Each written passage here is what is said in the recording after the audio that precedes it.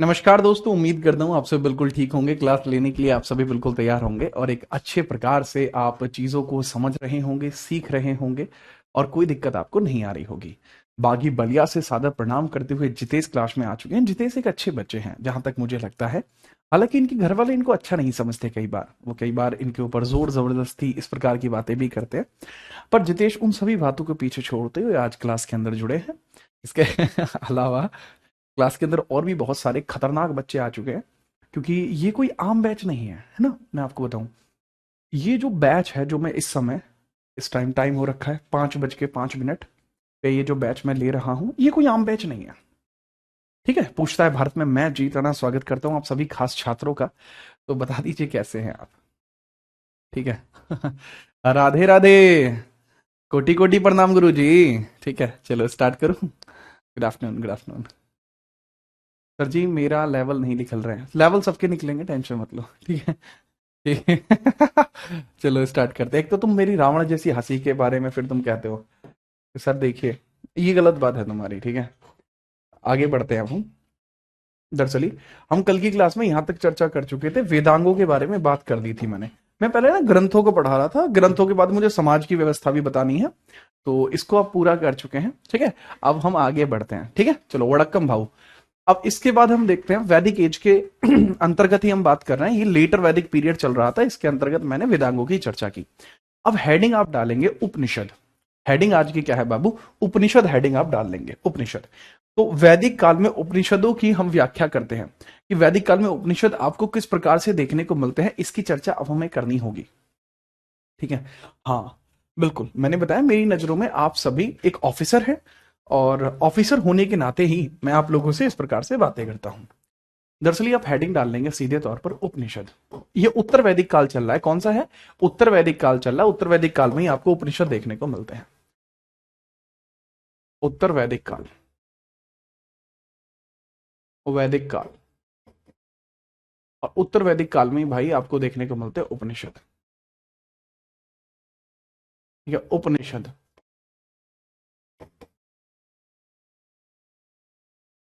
तो बाबू उपनिषद के बारे में समझने के लिए क्या आप तैयार हैं?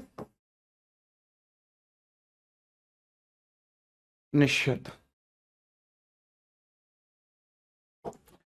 तो उपनिषदों की संख्या कितनी है? लगभग उपनिषद 200 है। लगभग उपनिषदों की संख्या 200 है, परंतु हम सारे उपनिषदों को पढ़ नहीं पाए।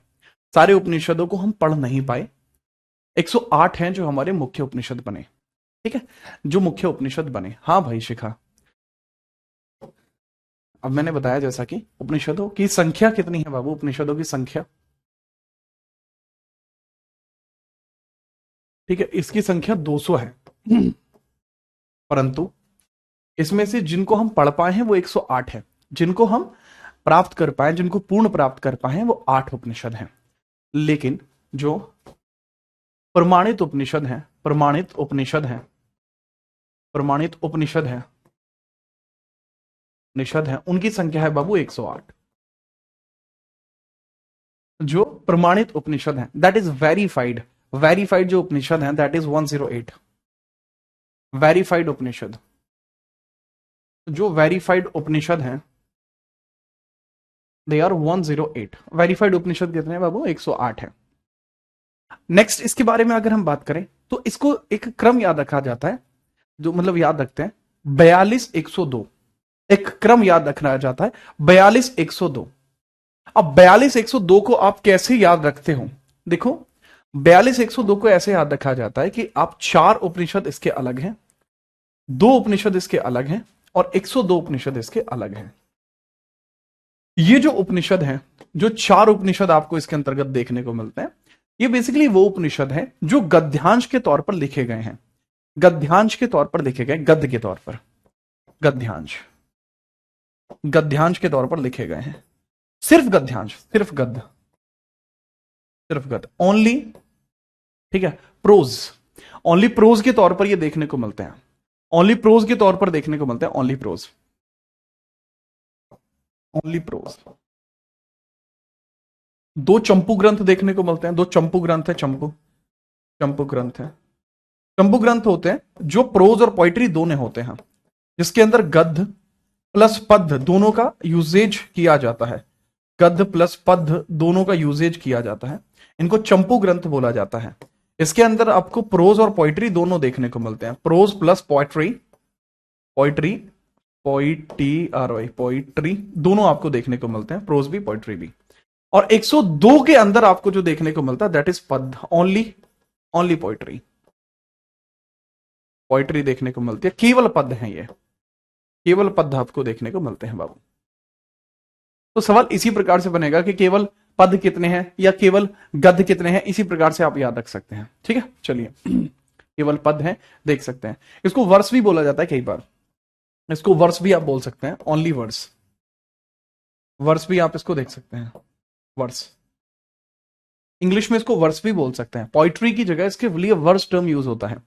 चंपू का मीन क्या होता है, चंपू ग्रंथ क्या होते हैं बाबू? चंपू ग्रंथ जिसमें गद्य व पद्य दोनों देखने को मिलते हैं, उनको हम चंपू ग्रंथ के तौर पर जानते हैं, उनको हम चंपू ग्रंथ के तौर पर जानते हैं। ठीक है, याद रखना, गद्य और पद्य दोनों, जिसको चंपू ग्रंथ के तौर पर जानते हैं। अरे पॉटरी नहीं होते, पॉटरी क्या होता है? वो चीनी बर्तन होता है पॉटरी, है ना? ठीक है, इसको नोट करो। नेक्स्ट, अब मुख्य उपनिषद की बात करूंगा, वो आपको 13 देखने को मिलते हैं। मुख्य उपनिषद 13 है। ठीक है, मुख्य उपनिषद कितने हैं बाबू? हमारे 13 हैं मुख्य उपनिषद। मुख्य उपनिषद 13 हैं, 13 हैं, 13। क्या होता है उपनिषद? उपनिषद क्यों होते हैं? क्या है उपनिषद? जरूरत क्या है उपनिषद की? सर, ये हमारे कर्म कांड व दैनिक जीवन को दर्शाता है। आखिरकार हमारे जीवन का उद्देश्य क्या है? हमारे जीवन का परम उद्देश्य क्या है? मोक्ष की प्राप्ति कैसे हो सकती है? इन सभी बातों को यहां पर लिखा गया है। ठीक है, चलिए। हाँ, जैसा मैंने बताया कि उपनिषद का ऑब्जेक्टिव क्या होता है, उपनिषद का ऑब्जेक्टिव क्या होता है, ऑब्जेक्टिव क्या होता है, यानी इसका मतलब है बाबू यहां उद्देश्य की चर्चा की जा रही है। इसका उद्देश्य क्या होता है? दरअसल इसका उद्देश्य कुछ इस प्रकार से आपको देखने को मिलता है कि यहां पर हम जीवन के अंदर प्राप्तियों की गणना करते हैं, प्राप्तियों की गणना करते हैं। जैसे जीवन का परम उद्देश्य क्या है? जीवन का परम उद्देश्य क्या है? जीवन का परम उद्देश्य क्या है? जीवन का परम उद्देश्य क्या है? परम उद्देश्य क्या है? मोक्ष की प्राप्ति कैसे हो सकती है? मोक्ष की प्राप्ति कैसे होती है? मोक्ष की प्राप्ति कैसे हो सकती है? तो ये हम इसको पढ़कर देखते हैं। बहुत सारे लोग कहते हैं कि अगर वेद पढ़ लिए तो आप बहुत ज्ञाता बन जाएंगे। नहीं, वेदों में तो कुछ ऐसा है ही नहीं, है ना? दरअसल अगर आप जीवन में मोक्ष की खोज में है, क्या होता है मोक्ष? मोक्ष की खोज क्या होती है? जीवन का अर्थ क्या है? वो सारी चीजें हमें उपनिषद में देखने को मिलती हैं। किसमें देखने को मिलती है? उपनिषद में देखने को मिलती हैं। ठीक है, याद रखना। तो इसके अंदर ऑब्जेक्टिव क्या है बाबू? लाइफ। इसका है objective of life, objective of life, objective of life and मोक्ष। तो बाबू ये इसका ऑब्जेक्टिव है। लेकिन सर इसको उपनिषद क्यों कहते हैं? इसको उपनिषद ही क्यों कहा गया, इसके बारे में बताइए। दरअसल उपनिषद का मतलब होता है नीचे बैठना, कदमों के समीप बैठना। उपनिषद का वास्तविक अर्थ क्या है, मैं आपको ड्राइंग के माध्यम से बताना चाहूंगा। अब देखो, लोग ड्राइंग नहीं बना पाना, देखो मैं बताता हूं, मैं आपको ड्राइंग बनाता हूं, वो भी बहुत तगड़ी। अब तुम ये देखो, अब मान के चलिए कोई पेड़ है ना? अब तुम देखो भाई की पेंटिंग देखो अब तुम, ठीक है, दैट इज ए पेड़। ठीक है, दैट इज ए पेड़। इसके ऊपर कुछ शाखाएं बना देता हूं। ठीक है, ये हो गया वो पेड़। ठीक है, ये देखो ये पेड़ बन गया। अब इसके अंतर्गत मैं कुछ शाखाओं का निर्माण भी कर देता हूं, कुछ शाखाएं मैंने इस पे बनाई। ये हमारा पेड़ हो गया। पेड़ का रंग थोड़ा वैसा होना चाहिए। हाँ, ठीक है। अब इस पेड़ के नीचे यहां पर जो है, इसके चारों तरफ एक थमला सा बना दिया, मतलब इस तरीके से एक ऊंचा स्थान बना दिया, जिसको हमारे यहाँ थमला बोल देते हैं कई बार, या कोई भी ऊंचा स्थान, बैठने का स्थान मैंने बना दिया।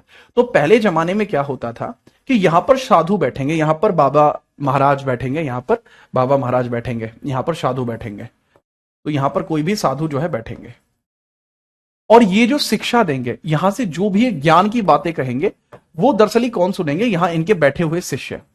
तो इनके जो बैठे हुए शिष्य हैं, वो यहां बैठकर इनकी बातें सुनेंगे। तो यहां बैठ के इनकी बातें सुनेंगे, ये ज्ञान इनके पास तक पहुंचेगा।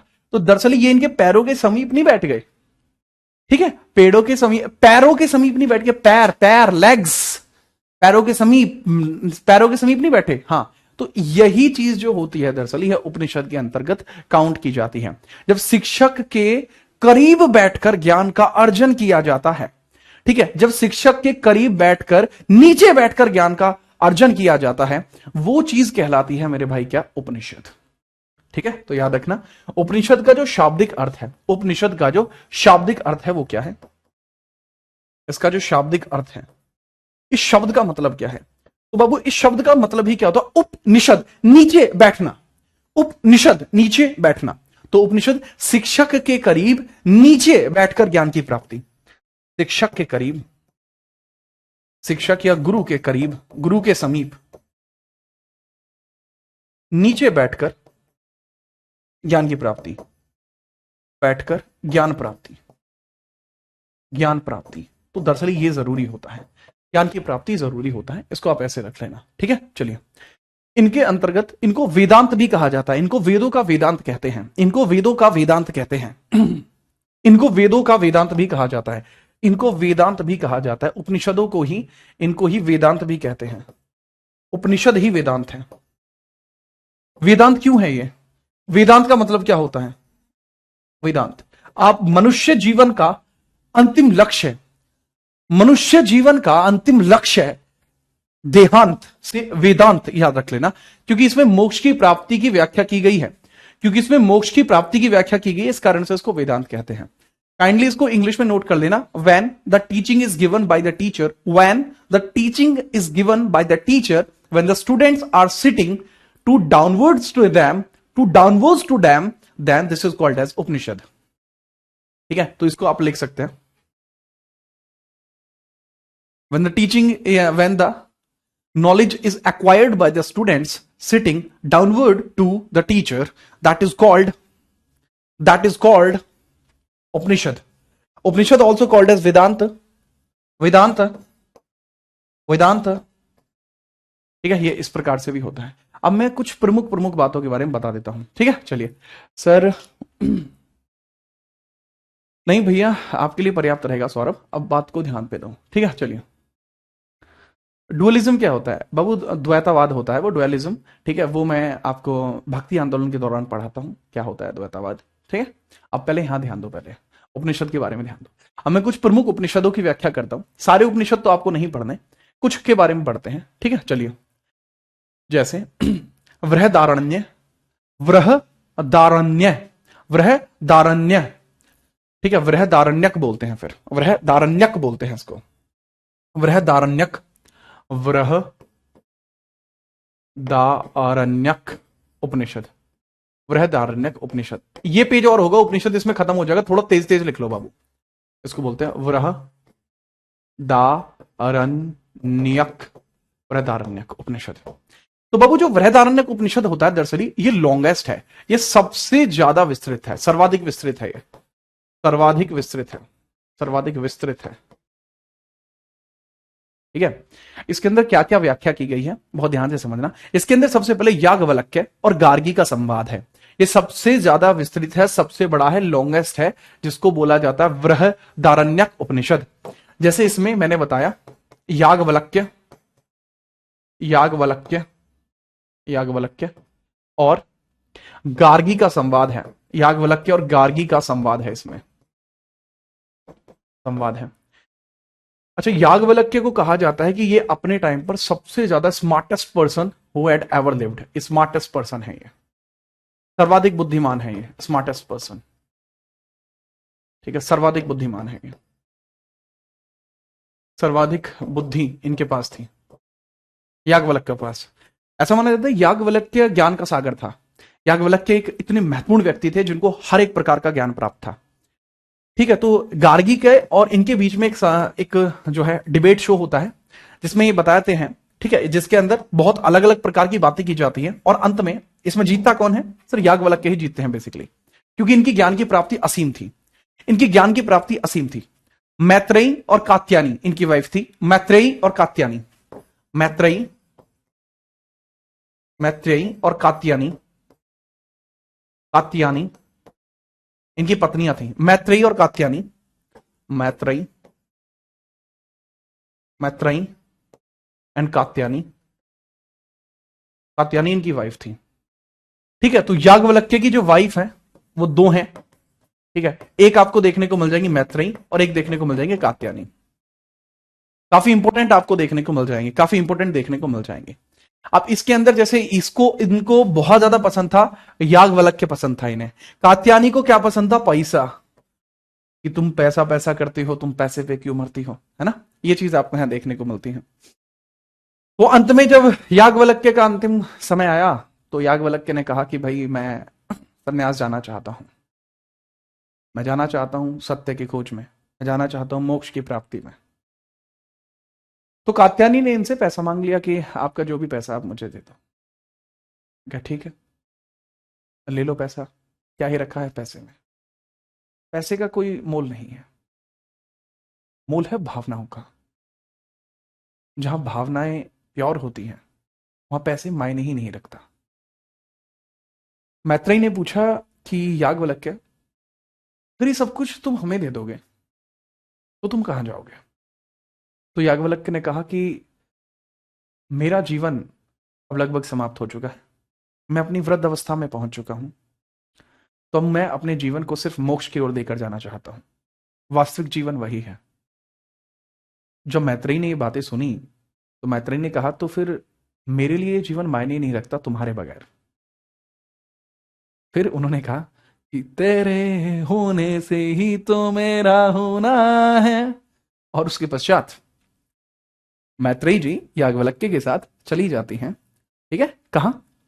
आरण्यक में, आरण्यक यानी जंगल में। ठीक है, और वहां जाकर वो लोग इस चीज को समझे। ठीक है, अब मैंने इसको एक मतलब अब इस लाइन के साथ जोड़ा। अब ये मत सोचना कि उस समय उन्होंने ऐसे कैसे कह दिया। ठीक है, तो दैट इज समझदारी, मैत्रेयी समझदार थी। ठीक है, तो उसको थोड़ा सा याद रखना। अच्छा, आप वो सुनते हैं कि तमसो मां ज्योतिर्गमय अस्तो मां सदगमय, हे माता सरस्वती हमें अंधेरे से लेकर जाइए प्रकाश की ओर। तमसो मां ज्योतिर्गमय, तमस से ज्योतिर की तरफ। ठीक है, तो याद रखना ये जरूरी होगा, ये आपको यही देखने को मिलता है। तमसो मां ज्योतिर्गमा अस्तो मां सदगमय, तमसो मां ज्योतिर्गमय, ज्योतिर्गमय। आपको जो श्लोक देखने को मिलता है सरस्वती जी का श्लोक है ये आपको यही देखने को मिला है। तमस, तमस का मतलब होता है अंधेरा। तमसो मां ज्योतिर्गमय, ज्योतिर्गमय। तो ये श्लोक भी आपको यहीं देखने को मिलता है, ये श्लोक भी आपको यहीं देखने को मिलता है। ठीक है, चलो ठीक है, याद रखना। और कल एक बच्चा बार बार पूछा था सर ओम शब्द, ओम शब्द। भाई ओम शब्द यहां पर है, ओम शब्द यहां पर है मेरे भाई। ठीक है, ओम शब्द यहां पर है। जो बृहदारण्यक के उपनिषद है इसी के अंदर आपको ओम शब्द देखने को मिलता है, ओम शब्द देखने को मिलता है, ओम शब्द, ओम शब्द। तो जो ओम शब्द आपको यहां देखने को मिलता है वो आपको यहीं देखने को मिलता है, ओम शब्द। ठीक है, चलो इंपोर्टेंट फटाफट नोट करिए। सानिया नोट करो, इसको नोट करिए। अब मांडुक्यो आपको देखने को मिलता है, मांडुक्यो, मांडुक्यो उपनिषद, मांडुक्यो। ठीक है, मांडुक्यो उपनिषद आपको देखने को मिलता है। देन मांडुक्यो, मांडुक्यो उपनिषद देखने को मिलता है, मांडुक्यो, मांडुक्यो, मांडुक्यो उपनिषद आपको देखने को मिलता है, मांडुक्यो उपनिषद, मांडुक्यो उपनिषद, मांडुक्यो उपनिषद आपको देखने को मिलता है। ये बाबू सबसे छोटा है मांडुक्यो, मांडुक्यो दिस इज स्मॉलेस्ट। ठीक है, स्मॉलेस्ट। ठीक है जी, हाँ हाँ हाँ, यानी कि ओम शब्द की उत्पत्ति, हाँ ओम शब्द की उत्पत्ति मेजरली यहीं से होती है। ठीक है, याद रखना। ठीक है, चलिए अब मांडुक्य उपनिषद आपको देखने को मिलते हैं, ये स्मॉलेस्ट आपके उपनिषद है, स्मॉलेस्ट उपनिषद। उपनिषद सबसे छोटा उपनिषद अगर कोई है तो वो मांडुक्य उपनिषद है। नेक्स्ट हम बात करते हैं, नेक्स्ट मांडुक्यों के बाद कुछ और उपनिषद भी हैं जिसके अंदर कुछ चीजें देखने को मिलते हैं। जैसे मुंडको उपनिषद हमारा राष्ट्रीय वाक्य है। मुंडको उपनिषद में से, मुंडको उपनिषद, मुंडको उपनिषद मुंडकोपनिषद में से हमारा राष्ट्रीय वाक्य देखने को मिलता है। मुंडकोपनिषद, मुंडकोपनिषद हमारा नेशनल सेंटेंस, राष्ट्रीय वाक्य सत्यमेव जयते। राष्ट्रीय वाक्य बाबू सत्यमेव जयते उसमें देखने को मिलता है, सत्यमेव जयते। अच्छा मुझे एक बात बताओ, हमारे सुप्रीम कोर्ट का टैगलाइन क्या है? हमारे सुप्रीम कोर्ट की टैगलाइन बताना बाबू, सुप्रीम कोर्ट की टैगलाइन बताओ, सब बताओ फटाफट से। पॉलिटी पढ़ते हो ना मुझसे, ठीक है, पढ़ते हो ना पॉलिटी, तो बताओ सुप्रीम कोर्ट की टैगलाइन क्या है? सत्यमेव जयते, ये आपको देखने को मिलता है, सत्यमेव जयते, सत्य की सदैव विजय होगी, आपको यहां देखने को मिलता है। सुप्रीम कोर्ट की टैगलाइन बताना, मुंडकोपनिषद से। कठो उपनिषद से आपका लिया गया है यम नचिकेता, कठो उपनिषद में यम और नचिकेता, कठो उपनिषद, उपनिषद। अब ये यम और नचिकेता कौन है यार? ये नचिकेता नाम का जो छोरा था ना, कति गच था, मतलब लेवल था भाई नचिकेता का। नचिकेता बहुत बोलता था, घना बोलता था, ठीक है, बहुत घना, ठीक है, बोलता बहुत था। तो इस वजह से यम जब आया तो उन्होंने यम से भी बहस करनी शुरू कर दी। यम और नचिकेता संवाद, यम नचिकेता संवाद बाबू यहीं देखने को मिलता है। बढ़िया है यम और नचिकेता संवाद, that is so good, that is so good, वो भी आप याद रखेंगे, ठीक है जी हाँ, ठीक है, क्लियर है जी हाँ, ठीक है। तो ये है इनके बारे में विशेष जानकारी, ठीक है। चलिए सर, वनश्य मूलम विज्ञानम, वनश्य मूलम विज्ञानम है अंजलि, ये क्या है? हाँ प्रशांत ने सही बनाया कि सर जी इसका मतलब है हमारे सुप्रीम कोर्ट का जो आदर्श वाक्य है दैट इज यतो धर्मश्यतः जय। इसका मतलब है यतो धर्मश्यतः जय, जहां धर्म होगा वहां विजय अवश्य होगी, जहां धर्म होगा वहां विजय अवश्य अवश्य होगी। यतो धर्मश्यतः जय, ये है, ठीक है, याद रखना, इसको याद रख लेना, सुप्रीम कोर्ट का सत्यमेव जयते तो हमारा राष्ट्रीय वाक्य है। अब इसके बाद बाबू आपको कुछ संस्कार देखने को मिलते हैं। संस्कार नाम का चीज है कि नहीं है? तो संस्कार आपको देखने को मिलते हैं, ये भी उत्तर वैदिक काल के ही संस्कार हैं। तो हमारे 16 संस्कार हैं, संस्कारों के बारे में भी चर्चा कर लेते हैं, ठीक है। चलिए नोट हो गया, हो गया ना नोट आपका? ये कल्याण भव, कल्याण भव एक आशीर्वाद होता है, जैसे मैं कई बार यशस्वी भव कह देता हूं, ठीक है, तथास्तु कह देता हूं, वह एक आशीर्वाद की प्राप्ति की तरह होता है ना बाबू? राम राम भाई, इंग्लिश में लिख दीजिए यार, यमा नचिकेता है ये, यमा नचिकेता। कन्वर्सेशन, वर्सेशन, कन्वर्सेशन, कठोपनिषद में से, कठोपनिषद। हमारे 16 संस्कार होते हैं, उन 16 संस्कारों की चर्चा करते हैं। सर क्या हम लोग आर्यन हैं? साउथ इंडियंस को लगता है कि हम आर्यन हैं, जो साउथ इंडियन है वो द्रविडियन है, उनको लगता है कि हम लोग आर्यन हैं, जो नॉर्थ इंडियंस हैं, ठीक है। चलिए अब बाबू इसमें नोट करिएगा, 16 संस्कार हैं हमारे। संस्कार कितने हैं? 16 हैं संस्कार, 16 संस्कार हैं, जीवन में अवश्य करने हमें पड़ते हैं, ये जीवन का आधार होते हैं, जीवन का आधार, जीवन का आधार होते हैं 16 संस्कार। कितने संस्कार होते हैं भैया? 16 संस्कार होते हैं।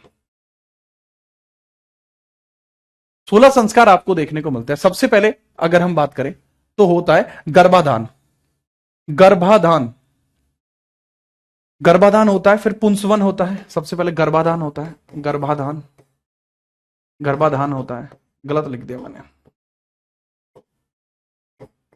गर्भाधान होता है, गर्भाधान, फिर पुंसवन होता है, पुंसवन होता है, ठीक है। गर्भाधान मतलब कोख में बच्चे को मतलब रखना, दैट इज गर्भाधान, गर्भवती होना, ठीक है, याद रखना। स्त्री पुरुष संबंध गर्भाधान होता है, स्त्री पुरुष संबंध गर्भाधान होता है, पुंसवन होता है, फिर जात कर्म होता है, जात कर्म, जात कर्म होता है, फिर उसके बाद क्या होता है बाबू? जात कर्म, जात कर्म मतलब जैसे बच्चा फीमेल के पेट में होता है, ठीक है, तो वो पहली स्टेज होती है लाइफ की। आपका जो जीवन है वो तभी प्रारंभ हो जाता है जब आप अपनी माता जी के पेट में थे, तो वो चीज तभी प्रारंभ हो जाती है। गर्भाधान में जैसा मैंने बताया, गर्भाधान होता है इसके अंदर पहला प्रोसीजर, ठीक है, गर्भाधान, गर्भाधान, और जब जन्म होता है, जन्म होता है, ठीक है, जब जन्म होता है वो पुंसवन होता है। एक अच्छा, एक बेहतर बच्चे का पैदा होना, एक अच्छे, एक बेहतर बच्चे का पैदा होना, यानी उत्तम संतान। ठीक है ठीक है, उत्तम संतान, उत्तम संतान। जब बच्चा पैदा हो जाता है उसके पश्चात उसको शहद खिलाया जाता है ना, उसको शहद खिलाया जाता है। पुंसवन यानी उत्तम संतान, ठीक है। गर्भाधान यानी स्त्री पुरुष संबंध, ये दरअसल स्त्री पुरुष संबंध से बनता है, स्त्री पुरुष संबंध। अब स्त्री पुरुष संबंध को हमारे यहां बहुत ऑर्थोडॉक्स दृष्टि से देखा जाता है, अरे अरे ये तो बहुत छुपाने वाली बात है। दरअसल ये है, इसलिए किया जाता था ताकि वंश की वृद्धि हो। गर्भाधान के पीछे का एकमात्र कारण था वंश वृद्धि, वंश की वृद्धि किया जाना एकमात्र इसका कारण था।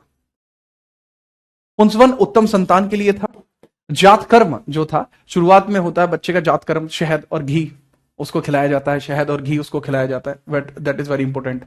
शहद और घी उसको खिलाते हैं, ठीक है, शहद और घी खिलाते हैं। फिर नामकरण संस्कार होता है, नामकरण, नामकरण संस्कार होता है। कुआ पूजन भी बोलते हैं जात कर्म को, कई बार कुआ पूजन सुना है ना, कुआ पूजन होता है यहां पर, है ना। नामकरण होता है, फिर बच्चे का नाम रखा जाना, बच्चे का नाम रखा जाना, बच्चे का नाम रखा जाना। तो बच्चे के जीवन की स्टेज चल रही है, बच्चे का नाम रखा जाता है। उसके बाद निष्क्रमण किया जाता है, निष्क्रमण, अन्नप्राशन, फिर होता है निष्क्रमण, क्रमण होता है, फिर अन्नप्राशन होता है, अन्नप्राशन होता है, अन्नप्राशन। बच्चे को पहली बार जब कुछ खिलाया जाता है ना। और फिर मुंडन होता है, मुंडन। आप में से किस किस का मुंडन हो रखा है? मतलब मेरा हो रखा है मुंडन। जब हम छोटे होते हैं ना, जब मुंडन का मतलब होता है, जब अपन लोग छोटे होते हैं तो क्या किया जाता है बेसिकली कि आप एक तरीके से इसको चूड़ा कर्म बोलते हैं। पहले तो लिखो, मुंडन को चूड़ा कर्म संस्कार बोलते हैं, चूड़ा कर्म संस्कार, चूड़ा कर्म संस्कार, इसको दरअसल चूड़ा कर्म बोला जाता है। तो जब अपन लोग छोटे होते हैं तो बाल उतरवाए जाते हैं, तो हमारे यहाँ बाल उतरवाए जाते हैं गढ़ मुक्तेश्वर, अगर आपको पता है ना, गढ़, गढ़ गंगा जी सुना है कदे? तो जो गढ़ गंगा जी है ना, वहां हमारे बाल उतरवाए जाते हैं, ठीक है। वहां पंडित जी जाते हैं साथ में, और वहां तिलक किया जाता है ऐसे, ठीक है। तो ऐसे तिलक वगैरह करते हैं, फिर बाल उतरवाए जाते हैं। फिर एक बार भरतपुर जाते हैं, ठीक है। भरतपुर भी एक पूजा कराई जाती है, ठीक है। भरतपुर राजस्थान वाला भरतपुर, ठीक है। अब हम वैसे तो उत्तर प्रदेश के अंदर गढ़मुक्तेश्वर है, तो वहां पे होता है भैया चूड़ा कर्म, यानी मुंडन होता है हमारा, ठीक है, बाल उतरवाए जाते हैं, ठीक है। चलिए, तो इसके बाद ये होता है आपका, उसके बाद कर्ण भेदन होता है, कर्ण भेदन होता है। फिर यज्ञोपवीत होता है, ठीक है, कर्ण भेदन होता है, कर्ण भेदन। ये मेरा कर्ण भेदन कभी नहीं हुआ। दरअसल कर्ण भेदन हर कोई नहीं कराता। हमारे यहाँ एक मान्यता है कि कर्ण भेदन वो कराता है, कान में कुंडल वो डलवाता है, कर्ण भेदन, जिसके घर में बच्चे नहीं जी रहे हों। मतलब बच्चा हो रहा है मर जा रहा है, बच्चा हो रहा है मर जा रहा है, बच्चा हो रहा है मर जा रहा है, तो उसका जो बच्चा पैदा होगा फिर कर्ण भेदन कराया जाएगा, ठीक है, ताकि बच्चा जीवित रहे। जैसे मेरे पापा का कर्ण भेदन हो रखा है, क्योंकि पापा के जो बड़े भाई थे जितने भी हुए थे उन सबकी डेथ हो गई थी, तो कर्ण भेदन कराना पड़ा। उसके बाद ययो, ठीक है, यज्ञोव पीठ किया जाता है, यज्ञो व पीठ किया जाता है, ययोव पीठ किया जाता है, ययोव पीठ किया जाता है। अब ये संस्कार है दरअसल, है ना। अब जो बच्चे नहीं लिख पा रहे हैं, कर्ण भेदन का मतलब होता है कान, कान में कुंडल पहनना, कान में कुंडल पहनना, कान में कुंडल पहनना, कुंडल पहनना, ये जनेऊ धारण करना, ये जनेऊ धारण करना होता है, जनेऊ धारण, जनेऊ धारण करना होता है ये, ठीक है। ये सवाल आया है, ययो व पीठ का मतलब क्या होता है? जनेऊ धारण करना। जनेऊ धारण नहीं करते हम, ठीक है, हम जनेऊधारी नहीं है। जनेऊ धारण बेसिकली किया जाता है ब्राह्मिन्स में, ब्राह्मिन्स जनेऊ धारण करते हैं, ठीक है, जी हाँ। चूड़ा कर्म का मतलब होता है मुंडन होना, बाल उतरवाना, ये चूड़ा कर्म होता है, ठीक है, ये परिवार में कराया जाता है। अन्नप्राशन होता है जब बच्चा पहली बार कुछ खाता है, ठीक है, पहली बार उसको अन्न खिलाया जाता है, तब अन्नप्राशन होता है, अन्नप्राशन, ठीक है, अन्नप्राशन। पहली बार अन्न जब खाएगा बच्चा, जब बच्चा पहली बार अन्न खाता है तो वो अन्नप्राशन होता है, ठीक है। निष्क्रमण होता है पहली बार सूर्य चंद्रमा दिखाना, बच्चे को पहली बार सूर्य चंद्रमा दिखाना, सूर्य चंद्रमा दिखाना, सूर्य चंद्रमा दिखाना, सूर्य चंद्रमा दिखाना, तो ये भी ऐसा होता है। तो ये भैया आपके संस्कार होते हैं कुछ, ये कुछ आपके संस्कार होते हैं, ठीक है, जी हाँ, याद रखेंगे, जी हाँ।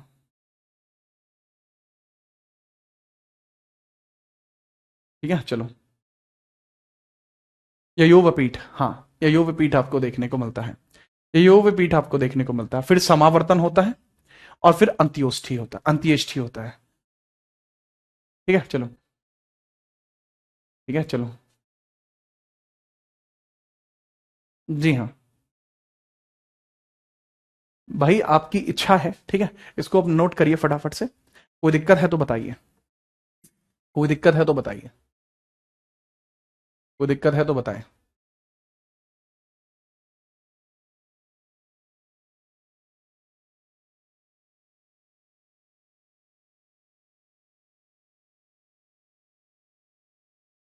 ठीक है चलो, इसके बाद इसमें खाली 15वां और 16वां लिखिए, इसके बाद सिर्फ 15वां और 16वां लिखिए, ठीक है, 15वां और 16वां लिखिए। 15th आपको देखने को मिलता है विवाह, और फिर 16th आपको देखने को मिलता है अंत्येष्टि, अंत्योष्टि, अंत्योष्टि, अंत्योष्टि। अंत्योष्टि होता है जब कोई मर जाता है तो उसकी अंत्येष्टि की जाती है, अंत्येष्टि। गलत लिख दिया है बाबू, ये दोबारा सही लिख रहा हूं, अंत्येष्टि की जाती है, अंत्येष्टि की जाती है, अंत्येष्टि। ये 16th नंबर का संस्कार आपका होता है। तो इनके बारे में भी कई बार पूछ लिया जाता है। सारे संस्कार याद करने जरूरी नहीं है, सिर्फ इंपोर्टेंट बता रहा हूं, सिर्फ इंपोर्टेंट आप याद रख लेना। ये 1 2 3 4 5 6 7 8 9, ठीक है, ये 9 तो मिनिमम लिख ही लीजिए। समावर्तन लिख लीजिए, 10वां अगर लिखना ही है तो समावर्तन लिख लो। मातृक्षा भी होता है, अरे भाई उसकी जरूरत नहीं है, ठीक है, समावर्तन लिख लीजिए, समावर्तन लिख लीजिए, ठीक है, 10। ठीक है, बाकी जरूरी नहीं है बाबू, जो जरूरी है वो मैंने आपको लिखवा दिया है, कृपया करके लिख लीजिए। ठीक है चलिए, क्या ये सवाल पूछा जाता है? ययोवपीठ आपके उत्तर प्रदेश सब इंस्पेक्टर परीक्षा 2021 में पूछा जा चुका है। जनेऊ धारण को क्या कहा जाता है? अंतिम जो होता है वो अंत्येष्टि होता है, ये भी पूछा जा चुका है। तो 2 सवाल इसमें बन चुके हैं, तो कृपया करके ध्यान दीजिए। अंत्येष्टि मतलब सिस्टम हाँ, अंत्येष्टि मतलब सिस्टम खत्म हो जाता है। ठीक है चलिए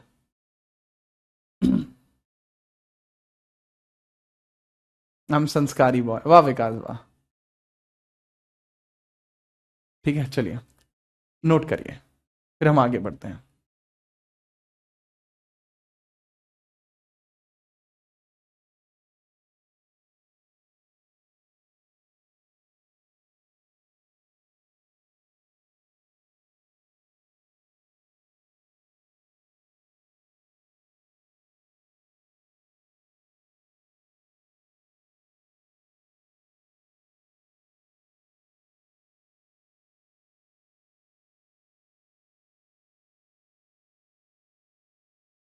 ठीक है चलो, लिख लिया।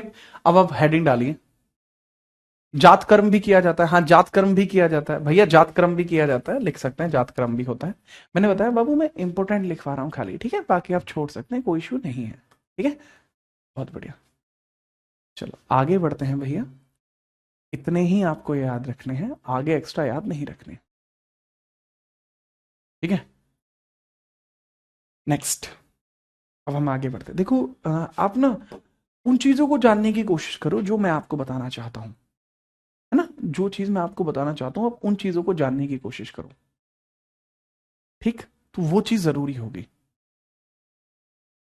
आप अगर वो चीज सीखने की कोशिश करेंगे जो आप जानना चाहते हैं, वो जरूरी नहीं होगा। आप बात को समझिए, है ना, और ध्यान से समझिए और इसको पढ़िए। अंत्येष्टि का मतलब होता है जब आदमी मर जाता है तो उसकी चिता को जलाकर उसकी जो अस्थियां बचती हैं उसके मतलब समुद्र, मतलब जो गंगा नदी होती है उसमें उसको सिलाया जाता है, उसके बाद एक पूजा की जाती है, वो अंत्येष्टि होती है। ठीक है चलो, अब नेक्स्ट आप हेडिंग डाल लीजिए, सामाजिक व्यवस्था। सामाजिक व्यवस्था, ठीक है, ऋग्वैदिक काल, ऋग्वैदिक काल,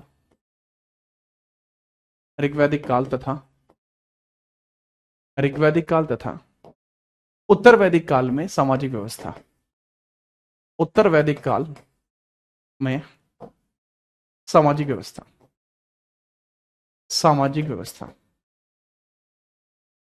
व्यवस्था।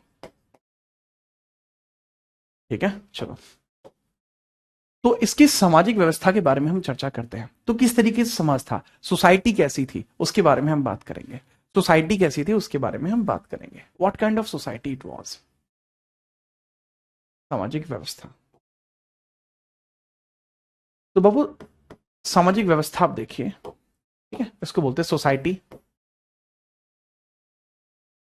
During Rigveda and Uttarveda. Rigvedic age and post Vedic age, Vedic age, ठीक है, पोस्ट वैदिक एज, ठीक है जी हाँ, ठीक है। अब देखो सपना नहीं मान रही है?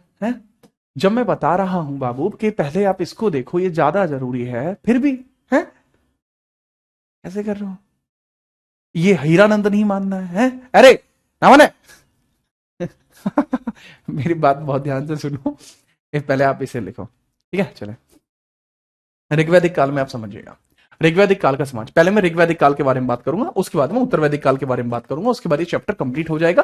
फिर हम महाजनपद काल पे आएंगे, फिर हम राजाओं को मारेंगे, ठीक है। उनका रोज एक राजा जिंदा कर रहे हैं, रोज एक राजा मार रहे हैं, फिर अलग जलवा मजा आएगा, ठीक है। तो बहुत ध्यान दो इस पे, फटाफट से चीता तरीके से ध्यान दे लो, है फिर कहते फिरोगे कि सर ये समझ में नहीं आ रहा, वो समझ में नहीं आ रहा, ठीक है। फटाफट आप हेडिंग डाल लीजिए ऋग्वैदिक काल। ऋग्वैदिक काल की संस्कृति की बात करता हूं, समाज कैसा था यहाँ, क्या चाहते थे ये लोग, हैं समझ नहीं रहे। चलो ऋग्वैदिक काल, ऋग्वैदिक काल, ऋग्वैदिक एज, ऋग्वैदिक एज। फिर मैं आपको एंड में बताऊंगा एक बहुत बढ़िया चीज करंट अफेयर्स के बारे में। हल्के में ले रहे हो तुम तो, कतई हल्के में ले रहे हो, हैं। चलो ऋग्वैदिक एज की बात करते हैं, ठीक है। चलो ऋग्वैदिक एज के अंदर जो समाज था, उसके अंदर आपको पंचजन देखने को मिलते थे। इसमें आर्यों के पंचजन थे समाज में, समाज में आर्यों के पंचजन थे, आर्यों के पंचजन थे, पंचजन थे, आर्यों के पंचजन थे, पंचजन, पंचजनाज ऑफ आर्यंस। आर्यंस के क्या थे बाबू? आर्यंस के पंचजन आपको यहां देखने को मिलते थे। सबसे पहले जो सबसे छोटी इकाई थी उसको बोलते थे कुल, फिर ग्राम, विश, जन, राष्ट्र। कुल, ग्राम, विश, जन, राष्ट्र।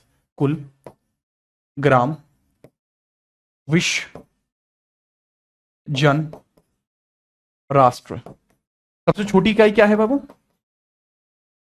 स्मॉलेस्ट इकाई क्या है? स्मॉलेस्ट यूनिट क्या है? कुल, फिर ग्राम, फिर विश, फिर जन, फिर राष्ट्र।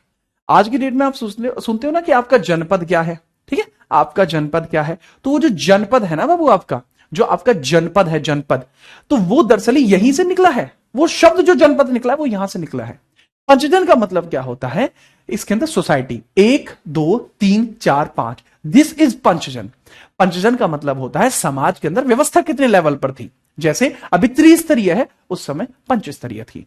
पंचस्तरीय सबसे छोटा कुल होता है। मैं एग्जांपल लेता हूं अपने यहां से, मैं अपना एग्जांपल लेता हूं। जैसे मैं हूं राणा, ठीक है। तो जैसे अब हम हो जाएंगे जीत राणा। अब जैसे मेरे पिताजी का नाम है रामकुमार, जैसे मेरे पिताजी का नाम है रामकुमार, ठीक है, मेरे पिताजी का नाम हो गया रामकुमार।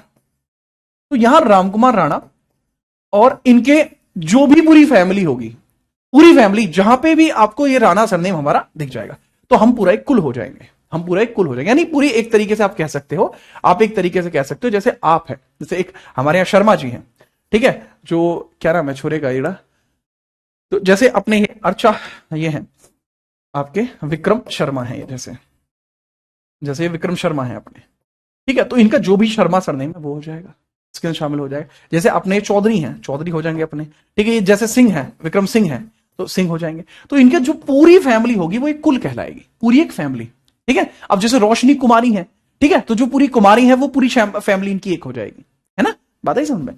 तो पूरी फैमिली। उसके बाद अब जैसे हमारे गांव में 2-3 अलग अलग गोत्र रहते हैं, ठीक है, 2-3 अलग अलग गोत्र रहते हैं, ठीक है। तो जो सारी के सारे गोत्र एक जगह अगर मिला दिया जाए तो वो एक ग्राम का निर्माण करेंगे। फिर विश्व जो होता है वो ब्लॉक लेवल पर होता है। जैसे आज की डेट में ब्लॉक है ना, आज की डेट का ब्लॉक, जैसे आज ब्लॉक देखने को मिलता है आपका, ब्लॉक इस तरीके से आपको देखने को मिलता है ये, ठीक है। चलिए इस तरीके से आपको देखने को मिलता है ये, जैसे ब्लॉक है आज की डेट में ब्लॉक। और जो आज की डेट में डिस्ट्रिक्ट आपको देखने को मिलता है वो जन है, ठीक है, याद रखना। अब इसको मैं ब्लॉक इसलिए नहीं लिख रहा क्योंकि इंग्लिश में भी इसको सेम लिखना पड़ेगा। इसको कुल बोलेंगे, कुल, इसको कुल बोलेंगे, कुल। इसको ग्राम बोलेंगे, इसको विश्व बोलेंगे, इसको जना बोलेंगे, जना बोलेंगे इसको, और इसको बोलेंगे राष्ट्र, राष्ट्र इसको बोलेंगे। तो भाई कुछ इस प्रकार से यह चला करता था। राष्ट्र अर्थात नेशन इसको कहा करता था, ठीक है, राष्ट्र यानी नेशन इसको कहा करते थे, इसको कहा करते थे, राइट, जी हाँ। ठीक है, जी हाँ। हाँ हो, आप अपने पिताजी का नाम ले रहे हो, हाँ भैया उन्होंने ही मुझे इतना बड़ा किया है ना, तो पिताजी का नाम लेने में मुझे अच्छा ही लगता है। ठीक है, चलो। तो जो कुल था वो दरअसल एक प्रकार से परिवार ही था। कुल था एक प्रकार से, परिवार ही था, एक परिवार ही एक कुल था। ठीक है, जी हाँ, हाँ बिल्कुल।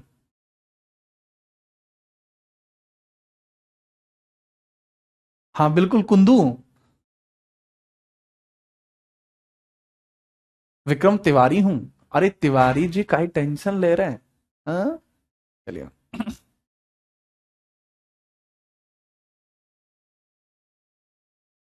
ठीक है, चलिए। हाँ, राष्ट्र के बाद, उसके बाद फिर आपके जनपद बने, फिर महाजनपद बने। बहुत बढ़िया।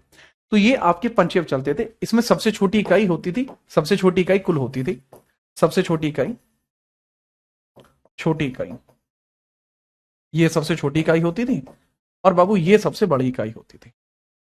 ठीक है, सबसे बड़े, सबसे बड़ी इकाई होती थी, है ना, ये सबसे छोटी इकाई वो सबसे बड़ी इकाई होती थी। क्लियर है, जी हाँ। चलो नेक्स्ट हम पेज पे बढ़ते हैं, नेक्स्ट अगली हेडिंग। ठीक है, चलो इसको मैं मिटा लेता हूं, फिर हम अगली हेडिंग पे बढ़ेंगे।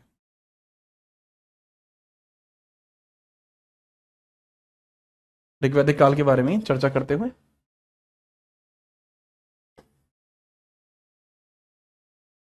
इस समय के जो लोग थे वो शाकाहारी व मांसाहारी दोनों थे, यानी सर्वाहारी थे। इस समय समाज सर्वाहारी था, समाज सर्वाहारी था, सर्वाहारी था, ओमनीवोरस था। पीपल्स वर ओमनीवोरस, पीपल्स वर ओमनीवोरस, ओमनीवोरस, ओमनीवोरस था भाई। ये मांस भी खाते थे और नॉर्मल भी रहते थे, तो काफी सारे लोग मांस का सेवन करते थे, मांस प्रचलित था, मांस खाते थे, और हरी सब्जियां भी खाते थे, हरी सब्जी भी खाते थे, ग्रीन वेजीज भी खाते थे और मांस भी खाते थे।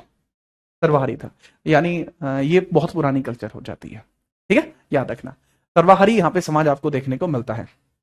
जो खाद्य पदार्थ होता था उसको करभ कहा जाता था, खाद्य पदार्थ को करभ कहते थे। खाद्य पदार्थ, जो जौ को यव कहते थे, जौ जो होता था, जौ को यव कहते थे, यव। ठीक है, जो बार्ले होता है, barley, barley is known as, barley यानी जौ को कहते थे यव, यव बोला जाता, यव बोलते थे। ठीक है, याद रखना। और खाने को करब बोलते थे, खाना, भोजन को करब बोलते थे, करब, करब बोलते थे, करब, करब बोलते थे, करब। भोजन को क्या बोलते थे बाबू, करब बोलते थे, करब। इसके अलावा अलग अलग शब्द अलग अलग चीजों के लिए प्रयोग में लाए जाते थे, जैसे यवांगू, यवांगू, यवांगू बोलते थे, जौ का दलिया खाया है आपने? यवांगू खाया है किसी ने? यवांगू, यवांगू खाया है बाबू? यवांगू, मैंने तो खाया यवांगू। हमारे जो चाचा हैं वो, हाँ जो है सीआरपीएफ से रिटायर है हमारे हमारे चाचा। तो हमारे चाचा को है भाई बीमारी एक, तो जिस कारण से उनका जो डाइजेशन सिस्टम है वो ठीक से नहीं चल पाता, जिस वजह से वो गेहूं का खाना नहीं खाते, क्योंकि गेहूं पेट में भारी होता है। तो वो क्या खाते हैं, वो जौ का दलिया खाते हैं। अब मैं भी घर पे जब था तो स्पोर्ट्स में था मैं थोड़ा बहुत, तो उस वजह से मैं भी लाइट फूड खाने की वजह से जौ का दलिया खा रहा। ठीक है, तो बढ़िया लगे एकदम। यवांगू का मतलब होता है जौ का दलिया, खाया है? दोनों तरीके से बनता है, मीठा भी बनता है और नमकीन भी, जौ का दलिया। ठीक है, दलिया, जौ का दलिया आपको देखने को मिल जाएगा, प्लस सस्ता भी पड़ता है, पैसे भी कम जाते हैं। ठीक है ठीक है, नोट करिए फटाफट। ठीक है, चलिए। इसके अलावा घनव बोलते थे मरुस्थल को, मरुस्थल को घनव बोलते हैं। मरुस्थल को क्या बोलते हैं बाबू? मरुस्थल को बोलते हैं घनव, मरुस्थल को बोला जाता है घनव, घ घ घ, घनव बोलते हैं। ठीक है, चलो, घनव इसके लिए टर्म यूज होता था। ठीक है, याद रखना। अघन्या यूज होता था गाय के लिए, अघन्या जिसकी हत्या ना की जा सके, अघन्य, अघन्य इसका मतलब है गाय, ठीक है, गाय जिसकी हत्या ना की जा सके, ठीक है, जो मारने योग्य ना हो, मारने योग्य नहीं, मारने योग्य नहीं, मारने योग्य नहीं, योग्य नहीं हो, वही काव कहलाएगी, काव जो मारने योग्य नहीं है, दैट इज कॉल्ड एज काव, ठीक है जी हाँ। ओट्स, अबे ओट्स अलग होती है भाई, ठीक है चलिए याद रखना। पारावत बोलते थे समुद्र को, उस समय पारावत किसको बोलते थे, समुद्र को पारावत बोला जाता था, समुद्र को पारावत, समुद्र को पारावत बोलते थे, समुद्र को पारावत, समुद्र को पारावत बोलते थे, समुद्र को बोलते थे पारावत, पारावत। एक बहुत तगड़ा टर्म यूज किया जाता है, एक बहुत तगड़ा टर्म यूज किया जाता है, वैकनाट, वैकनाट, वैकनाट एक टर्म यूज किया जाता है, वैकनाट। अब मुझे एक बात बताओ, ऐसे कितने लोग हैं जो नाट जानते हैं? हमारे यहां एक शब्द चलता है कि भाई नाट छजी नहीं करती, हमारे यहां एक शब्द कहते हैं कि भाई नाट ना छजती, न्यू है ना छजती नाट। तो नाट कितने लोगों को पता है कि नाट किसे कहते हैं? जो आप नाट जान जाओगे तो आप समझ जाओगे मैं क्या कह रहा हूं। अच्छा, उस समाज के बहुत सारे शब्द आज भी हमारे समाज में चलते हैं, जैसे नाट चलता है, जैसे मैंने बताया, ठीक है चले। तो फटाफट मुझे ये बताओ कि नाट कितने लोग जानते हैं कि नाट नहीं छजती ऐसे कहते हैं, तो क्या है नाट? सर ओट्स भी काफी टाइप के आते हैं भैया, हमने आज तक खाए ना है ना ओट्स, तो हमें पता नहीं है। हमें तो भैया रोटी मिल जाओ और नॉर्मल छोटा मोटा उसकी जल चटनी वटनी मिल जाओ, उतना बहुत है जी, ठीक है। हाँ बताओ फटाफट, नाट जानते हो क्या होती है नाट? क्या बे? नाट, नाटक, ये तो बड़ा एकदम, सर नहीं पता। अरे नाट क्या होती है? नाट होती है बेसिकली ऐसी जमीन, ऐसी जमीन जिसके लिए आपको पेमेंट ना करना पड़ा हो, या ऐसा धन जिसके लिए आपको पेमेंट ना करना पड़ा हो। कई बार क्या होता है कि जब लड़की की शादी होती है तो लड़की शादी में जो दहेज लेके आती है, तो दहेज के अलावा कई बार वो जब जो मतलब मान के चलो ऐसी कोई परिवार है जिसमें वो अकेली लड़की है, अब अकेली लड़की की जो पापा है उसकी डेथ हो जाती है, तो जो जमीन है वो तो उस लड़की की हुई, तो वो जमीन भी उसी लड़के को मिल जाती है, तो वो दरअसल ही नाट होती है, ठीक है। ऐसा फ्री का पैसा, एक तरीके से कहोगे तो फ्री का पैसा नाट होती है, ठीक है, फ्री का पैसा होती है नाट, ठीक है। हमारे यहां नाट बहुत ज्यादा शब्द चलता है, फ्री का पैसा।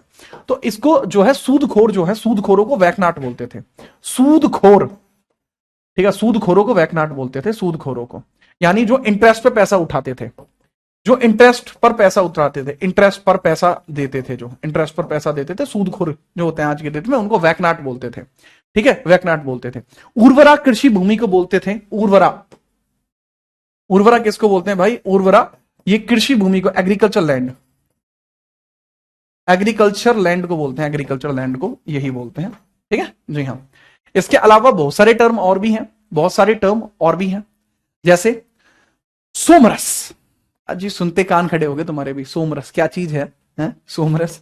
बाबू सोमरस होता पेय पदार्थ, सोमरस, ये त्याज्य भी बोलते हैं इसको, सोमरस होता पेय पदार्थ, यानी शराब होती है एक तरीके से, पेय पदार्थ, पेय पदार्थ, पेय पदार्थ, दरअसल पेय पदार्थ होता है ये। और सोमरस जो होता है ना बाबू, ये त्याज्य भी कहा गया है, इसको त्याज्य भी कहा गया, त्याज्य, त्याज्य भी इसको कहा गया, त्याज्य, त्यागने योग्य, त्यागने योग्य है, ठीक है चलिए, त्यागने योग्य, त्याज्य भी इसको कहा गया है, मतलब क्योंकि यार ये सोमरस होता है राजाओं के लिए, पैसा है चलन दो एक तरफा ले भाई, चल रही है, ठीक है, सिस्टम पार्ट रखा है, कभी शाम में 4 बजे बैठे 3 डाट खोलनी, अरियोल ले अरियोल ले, तो भाई ये उनके लिए अच्छा है जिनके पास पीछा घना है, और जिसके पास पीछे नहीं है वो पता लग रही है पी के कभी इधर लौट रहा है कभी उधर लौट रहा है, 4 चाटे किसी ने धर दिए, तो क्या क्या ही रह जाएगी समाज में, है ना।